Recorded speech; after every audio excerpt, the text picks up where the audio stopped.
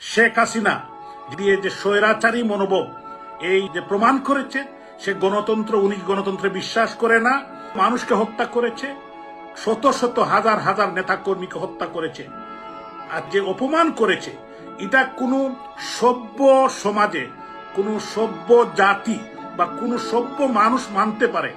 এই দেশে বিশ্বাস করে না, দেশের স্বাধীনতায় বিশ্বাস করে না, নির্যাতন নিপীড়ন করে, হত্যার রাজনীতি করে কেউ ক্ষমতায় টিকে থাকতে পারে না। এই দেশ থাকবে, এই বাংলাদেশের মানুষ থাকবে, এই বাংলাদেশের বিবেকবান মানুষ থাকবে, বুদ্ধিজীবী সুশীল সমাজ।